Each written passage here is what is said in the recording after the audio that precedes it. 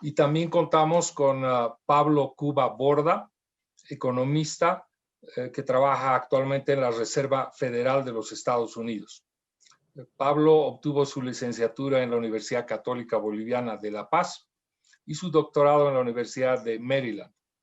Le cedo la palabra de inmediato a Pablo Cuba Borda, que ya está preparado. Pablo, también si quieres compartir pantalla, no hay ningún problema. Adelante.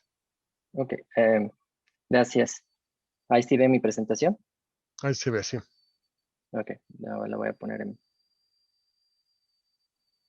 pantalla completa. Ok, ¿sí ven mis slides? Muy bien, sí, adelante. Ok, gracias. Muchas gracias a Roberto por la invitación y a los organizadores de Diálogos al Café.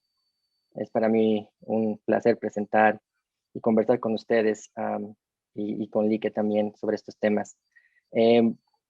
Simplemente a manera de liberación de responsabilidades, porque me toca hacer eso, estas son mis opiniones personales y no de la Reserva Federal ni de las personas con las que trabajo. Entonces déjenme comenzar a forma de motivación con algo que me decía mi dentista. Mi dentista me decía que el mentizán cura todo, excepto las caries y el pie plano.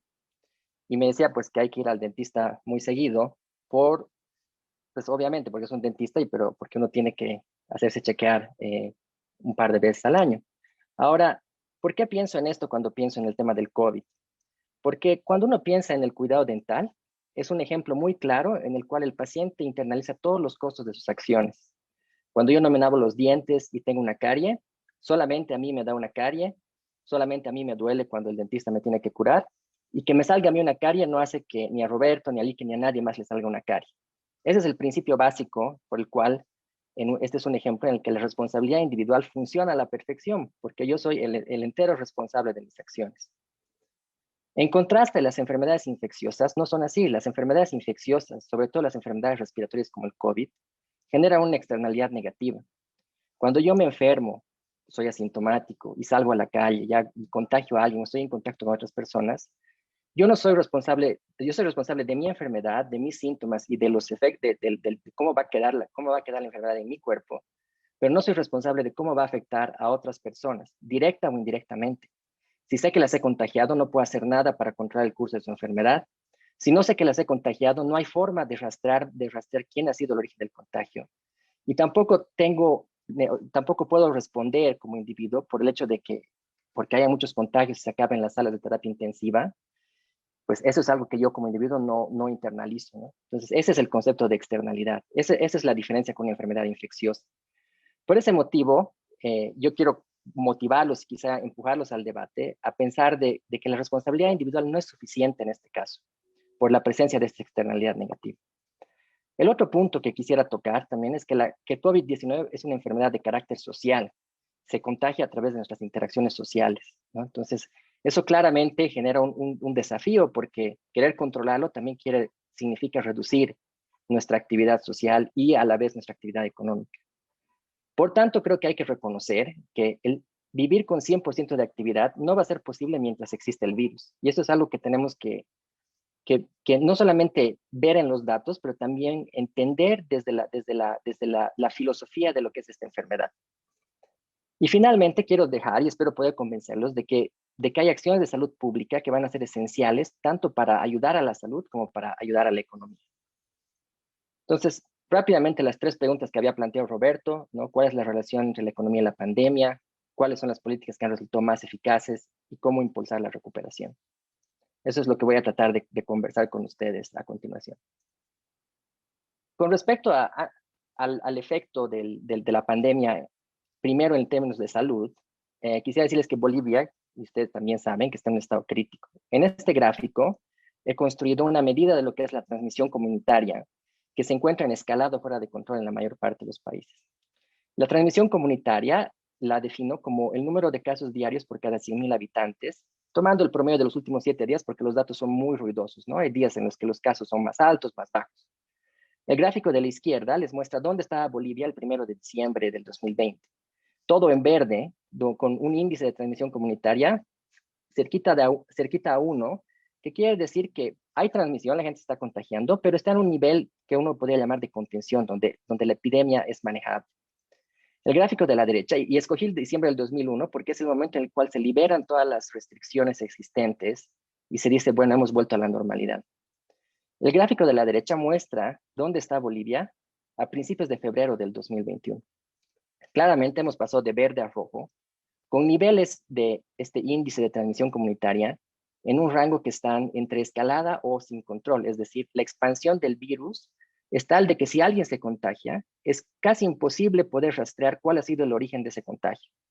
Entonces, esa es la dinámica natural de las enfermedades infecciosas que llegan a este punto de crecimiento exponencial, donde rastrear el origen del contagio es difícil. Entonces, es una situación preocupante. Ahora, si bien les he mostrado datos a nivel de departamentos, hay mucha heterogeneidad o variación a nivel municipal. Hay municipios con muy pocos casos y hay municipios con muy poca intensidad de contagio, pero hay municipios con mucha intensidad de contagio, más de 40 casos por 100.000 habitantes, que es un número absurdamente grande. Por ejemplo, en La Paz, si ustedes miran en el mapa de La Paz, viendo por municipios, los reportes de casos están concentrados en la ciudad de La Paz, el Alto Ibiacha, y en esta foto particular que he tomado al momento de hacer este gráfico, que es el 3 de febrero de este año, también en Charán. En Chuquisaca es un poco más intensa la distribución. Ustedes pueden ver que hay muchos más municipios que están pintados en rojo, entonces, donde la intensidad de los contagios está también fuera de control. Entonces, lo que eso nos hace pensar es que no solamente es suficiente ver los datos a nivel agregado, pero también tenemos que ver cuáles son las fuentes y los focos de contagio. Obviamente, hay que tener en cuenta que muchos de estos datos están influenciados por el hecho de que probablemente personas cercanas al municipio de La Paz se van a un hospital en La Paz, se hacen la prueba ahí y reportan los datos como que si vivieran en La Paz, ¿no? Pero necesariamente, y no es sorprendente, que la intensidad de los contagios sea más alta en las ciudades. ¿Por qué? Porque la actividad social y económica es más intensa en las ciudades. Ahora, quizá para darles un poquito de aliento, en los últimos días hemos visto, usando un modelo epidemiológico que hemos desarrollado con unos colegas, que en algunos departamentos la tendencia al número de nuevos contagios se ha estabilizado y ya hay algunas señales de reducción en esta segunda ola de los contagios. Aquí simplemente les muestro el caso de Cochabamba, en el cual en las barras azules ustedes pueden ver el reporte diario de nuevos casos por el día en que se reporta el Ministerio de Salud. La línea roja es el promedio de los últimos 7 días, un poco para suavizar esas fluctuaciones de las barras azules. Y lo que nosotros hacemos es proyectar hacia adelante, en este caso a partir del 28 de enero, proyectar la evolución de los contagios. En Cochabamba, los contagios más o menos han evolucionado en esa línea roja con puntitos, aproximadamente como predice nuestro modelo. Es decir, que desde más o menos hace una semana atrás, la dinámica de las enfermedades no ha cambiado mucho en comparación al modelo.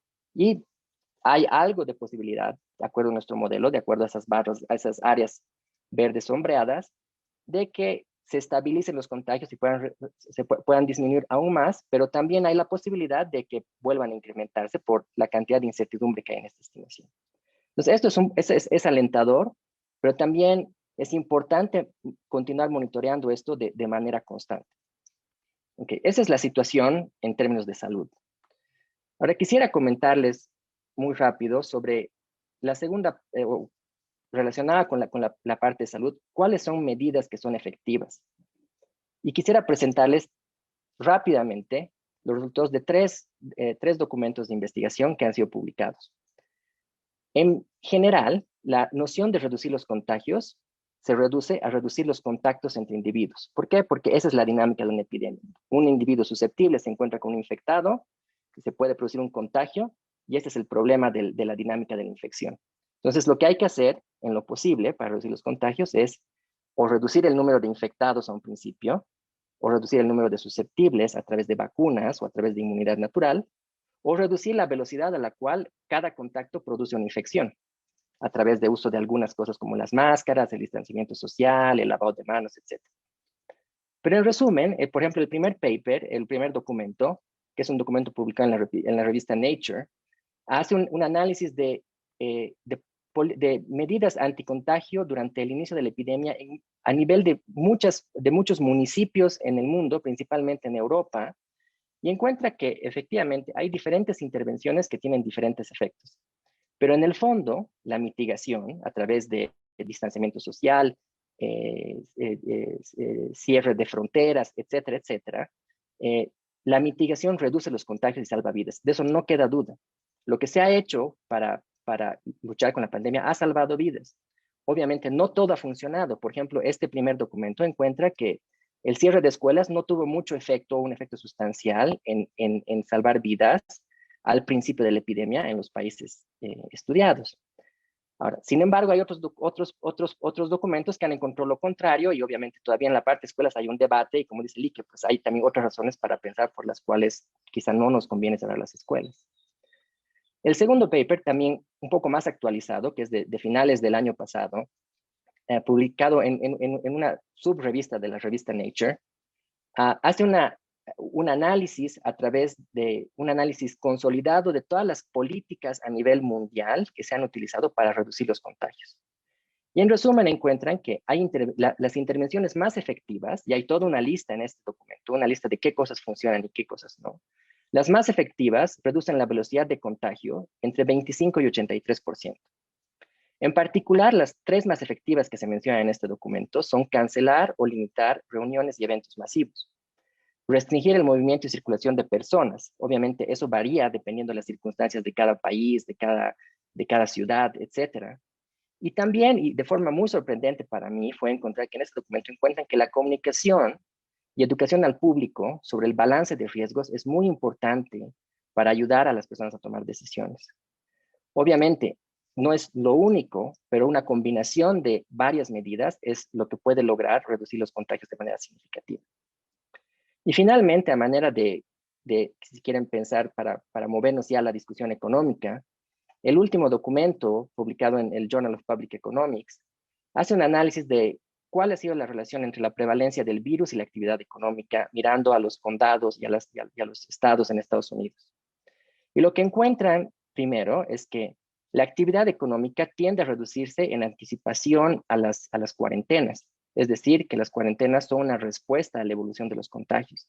En lugares donde los contagios estaban en incremento, la actividad económica empezó a reducirse de manera, si quieren, natural, cuando las personas empiezan a tener miedo a contagiarse al salir a las calles. Pero lo importante es notar de que la relación es en los dos sentidos. La gente responde a los contagios y la actividad económica también responde a los contagios. Pues con eso en mente, quisiera pasar a la parte de cuál ha sido el impacto sobre la economía. Y obviamente no es sorpresa para ustedes que el impacto ha sido elevado. La caída del PIB ha superado los efectos de la crisis financiera global del 2008-2009. Y en este gráfico, en el cual les muestro la variación anual del PIB real trimestral, en la línea negra para Bolivia desde 1992 y en las líneas naranjas con diferentes marcas para el agregado del mundo sin los Estados Unidos, en los países emergentes en la línea con cruces y para los Estados Unidos en la línea con puntos, ustedes pueden ver que obviamente la contracción económica ha sido realmente masiva. En el caso de Bolivia, en el orden de 5% en términos anuales, y esto es con datos hasta el segundo trimestre del 2020. Y claramente en el caso particular boliviano, las medidas de contención seguían en efecto en el tercer trimestre. Entonces, cabría esperar que pues, esta reducción de la actividad también ha continuado en el tercer trimestre. Obviamente hay algo de recuperación en el mundo y también se espera que a medida que los países aprenden a lidiar con la pandemia, pues se mejore también la actividad económica. Ahora, las perspectivas de esta recuperación son inciertas. En un documento reciente que escribimos con unos colegas, hicimos algunos escenarios sobre la recuperación económica, tanto en Estados Unidos como en el resto del mundo. Para esto utilizamos un modelo macroeconómico estructural para ver qué es lo que podría pasar en dos escenarios. Un escenario es un escenario en el que de pronto, a partir del tercer trimestre, se remueven todas las restricciones y la actividad económica vuelve a un poco las condiciones iniciales que tenía al principio del año. Y el segundo escenario, que se los voy a mostrar enseguida, es el escenario en el que está en la línea roja en estos gráficos.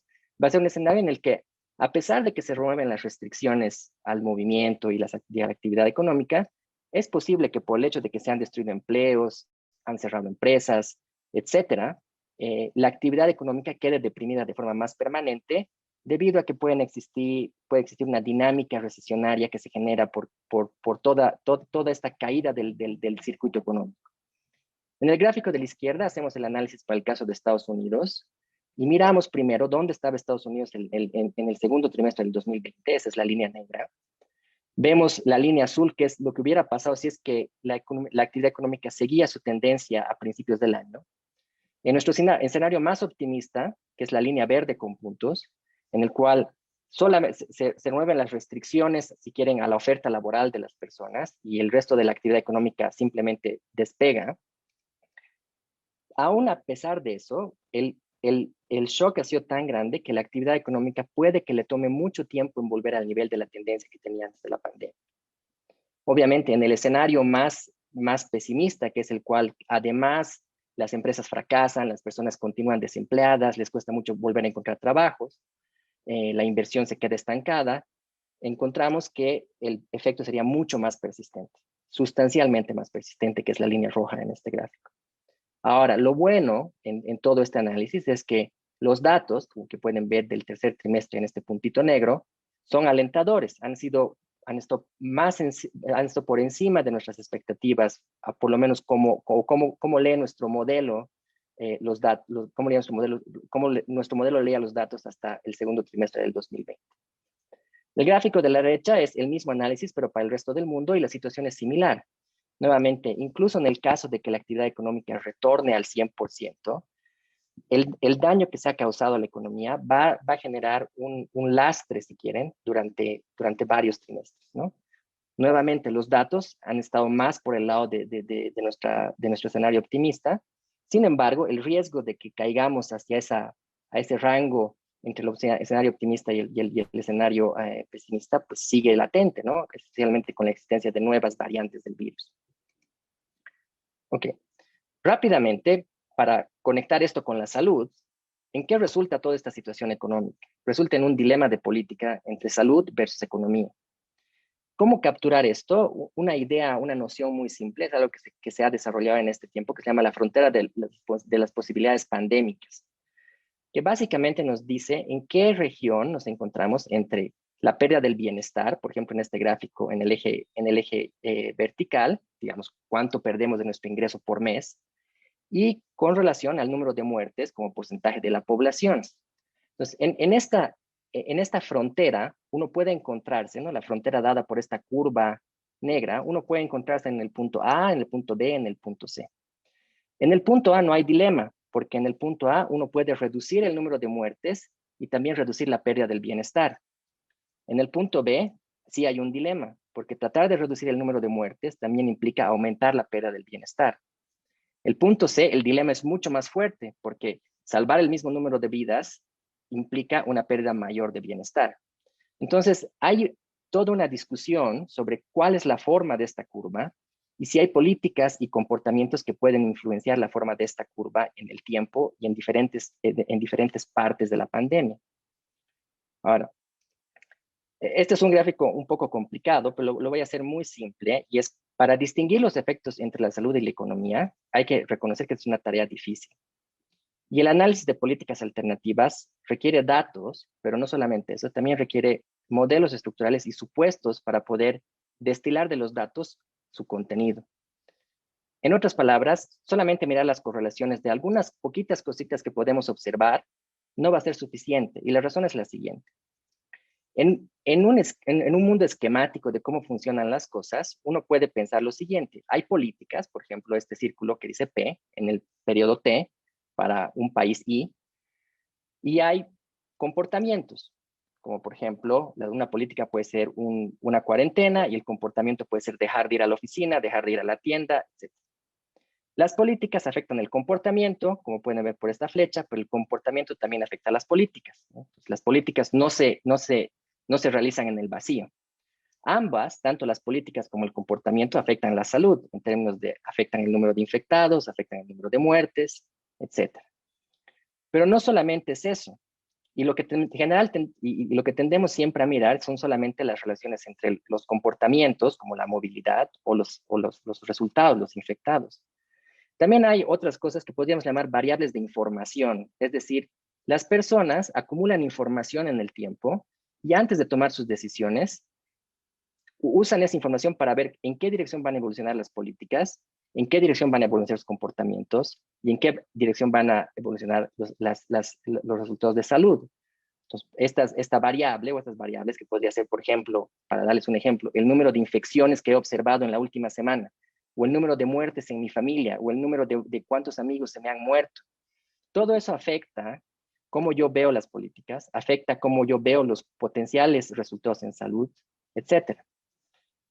Finalmente, hay otras variables omitidas o que pueden confundir el análisis, como por ejemplo el número de pruebas de diagnóstico, el acceso a centros de aislamiento, la cantidad de unidades de terapia intensiva, la calidad del servicio médico, etc. Esas variables, por un lado, afectan mis decisiones individuales porque afectan la información que yo tengo sobre cuán bien me puede ir en caso de que me enferme. Afectan los incentivos de las personas que toman decisiones de política, porque si yo tengo un sistema muy bueno como el de Suecia o el de Suiza en términos de salud, tal vez tengo menos incentivos para hacer medidas muy rígidas. Y también afecta mis comportamientos, porque si yo sé que tengo acceso a un seguro de salud gratuito, que tengo acceso a un buen servicio de salud, pues yo también voy a tomar diferentes tipos de actividades y de riesgo. Tal vez voy a tener mayor tolerancia al riesgo. Tal vez voy a vivir mi verano como pues lo vivía antes, como si no hubiera pandemia. Y finalmente, toda esta maraña de flechas se complica por lo siguiente. Se complica porque tanto las políticas como los comportamientos, así como los resultados de salud, afectan a la economía. Y no solo eso, afectan a la economía hoy, pero también en el periodo de mañana y en el de pasado mañana. Entonces hay una relación dinámica. Y para hacerlo incluso más complicado, algunas de estas flechas van en dos direcciones.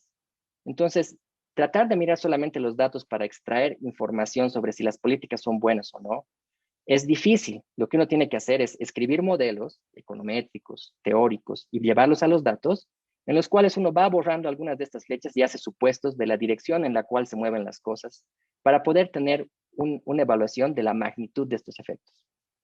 Ok.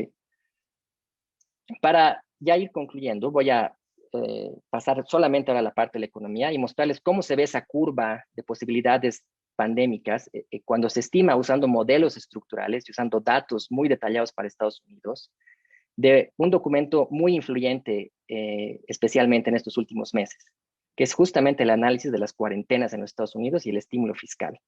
Este es el gráfico que les había mostrado antes. En el eje X están las muertes como porcentaje de la población. En el eje Y está la pérdida de bienestar económico, medida como cuántos meses de ingreso he perdido. Esta curva lo que muestra es esa, si quieren, pendiente decreciente o esa pendiente un poco curvada que les había mostrado, pero no es tan bonita como el gráfico que les había mostrado. Hay algunos puntos muy interesantes.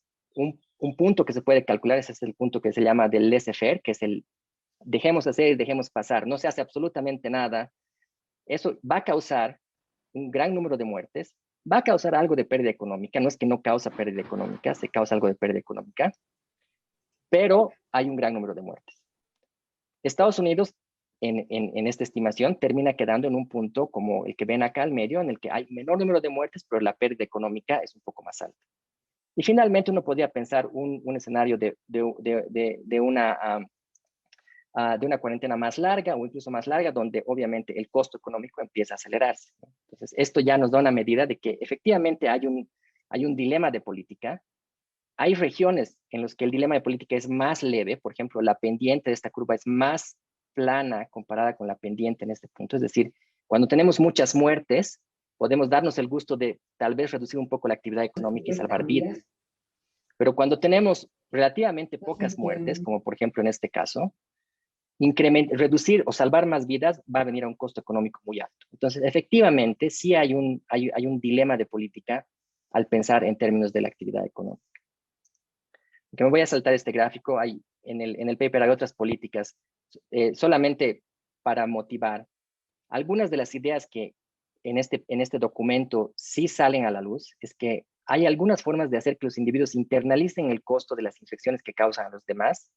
En el modelo es fácil hacer eso porque hay instrumentos, hay formas de hacerlos teóricamente, pero se traducen esencialmente en lo siguiente. Se traducen en que limitar las actividades sociales funciona. Fomentar el teletrabajo o reducir las horas de trabajo en la oficina también funciona, ¿no? Entonces, ese es el mensaje que da este documento. Ok. Ahora, para finalizar, les voy a dar en estos últimos 3 slides que tengo algunas medidas prácticas. Quisiera recordarles que la mitigación es una carrera contra el tiempo y actuar antes es una inversión. Algunas cosas muy prácticas que se pueden hacer son limitar el aforo en lugares donde existe concentración por periodos prolongados. Restaurantes, bares, oficinas, gimnasios. Yo entiendo que no es óptimo para las personas que son dueñas de este tipo de locales, pero inevitablemente por la naturaleza social de la enfermedad, pues esta es la forma de limitar los contagios. Obviamente, no tienes que limitarlos al 100%, pero tienes que limitar en cierta medida. La cancelación de eventos públicos y masivos o limitar los eventos sociales son necesariamente medidas que hay que tomar cuando uno tiene la preocupación de casos muy elevados. Reducir las horas de actividad económica en general, que es lo que hacemos en Cochabamba, con las cuarentenas de los domingos. En algunos lugares funciona bien, otros no tan bien, etc. Algo mucho más práctico es flexibilizar la cultura del trabajo desde casa y el autocuidado en las siguientes dimensiones. 1, incrementar y favorecer la virtualidad. 2, reducir la burocracia administrativa en términos de las bajas médicas, ¿no? Hay una cultura muy dañina en Bolivia de que solamente uno puede tener el permiso de enfermedad con los beneficios que le corresponden cuando presenta una baja médica. Sin embargo, aquí concuerdo con Lick en el sentido de que habría que tener más confianza en los trabajadores y decirles, por ejemplo, si uno se siente mal, debería tener la libertad y las empresas deberían tener la flexibilidad de otorgar a sus trabajadores el beneficio, si quieren, de la duda. Si un empleado me llama y me dice, me siento enfermo, no quiero ir, perfecto, no vengas. Tal vez le puedo dar 3 días de ese tipo al mes. O sea, 3 días en los que sin preguntas, sin respuestas, tú me dices que estás enfermo, yo no te quito el sueldo, yo te sigo pagando, etc. Algunos aprovecharán la regla, pero en el agregado, el efecto positivo de estas medidas puede ser bastante grande. Conocer las vulnerabilidades del personal y educarles sobre el monitoreo de síntomas. Creo que las empresas tienen una responsabilidad social muy grande de saber quiénes son sus trabajadores que están más expuestos, quiénes son los que viajan más tiempo en el transporte público, quiénes son los que viven con personas mayores, quiénes son los que son los únicos que llevan el pan a su casa. Y irlos educando para saber en qué momentos tienen que reportar, cómo reportar, etc. Aquí hay un espacio muy grande en el que la labor de las empresas y el sector privado sobre todo puede actuar. Horarios escalonados para reducir la exposición al transporte público, por ejemplo. Y adaptar el espacio físico, ¿no? Más distanciamiento social, menos escritorios unos al lado del otro. Utilizar filtros de alta capacidad. Mantener la humedad relativa de los ambientes en 60%. Esas son cosas que el sector privado tranquilamente puede hacer. Y puede hacer otras cosas también simples, como tener sus propios protocolos de detección, ofrecer autoaislamiento a sus trabajadores y ofrecerles máscaras respiratorias de alta capacidad de filtración. Ahora, para concluir, quisiera decirles que el éxito frente al virus creo que depende de 2 ingredientes fundamentales. 1 es liderazgo, en el sentido de que hay que tomar acciones lo antes posible. 2, hay que reconocer la variedad de situaciones de individuos, empresas, etcétera, ¿no? No hay una receta única en esto. 3, hay que estar dispuesto a continuar con algunas medidas que pueden ser poco populares, como por ejemplo, cortar el aforo al 50% en los cafés o en los restaurantes. Probablemente hay una sobreoferta de cafés y de restaurantes en ciudades de Bolivia. No creo que el consumidor final vaya a sufrir demasiado si es que de pronto solamente quedan 4 mesas en lugar de 8 en un café, cuando tienen la capacidad de sustituir sabiendo que hay otros cafés alrededor. Estar dispuesto a invertir en controlar el virus hoy es también beneficiarse de una mejor economía mañana. Y colaborar con la detección temprana y el aislamiento y rastreo de contactos. Ahora, el segundo frente en el cual especialmente el sector privado y los individuos pueden participar es a través de ayudar a los miembros de la comunidad a entender los riesgos. El balance de riesgos es muy importante. Está muy claro que a principios de diciembre, si uno tiene un hijo, un sobrino, un tío, un primo, a principios de diciembre el riesgo es muy diferente que a principios de febrero. Entonces, ayudarles a entender que está, ok, a principios de diciembre uno puede tal vez tomar algunos riesgos adicionales como verse con un amigo, ir a tomar un café, salir a comer algo. El riesgo es muy diferente en ese momento que hoy. Y comunicar esos riesgos constantemente también debería ser una tarea de las autoridades públicas. Guiar con el ejemplo y la difusión de conocimiento, generar y compartir información sobre las medidas y sus efectos, y constantemente reevaluar aquellas cosas que creemos que funcionan y aquellas que no. Para concluir, mi posición personal en esto es que incluso con vacunas, el retorno a la normalidad es una maratón. En tanto tengamos menor cantidad de contagios, vamos a tener más oxígenos para llegar a la meta final, que es volver a vivir como vivíamos antes. Eso es todo lo que tengo para compartirles.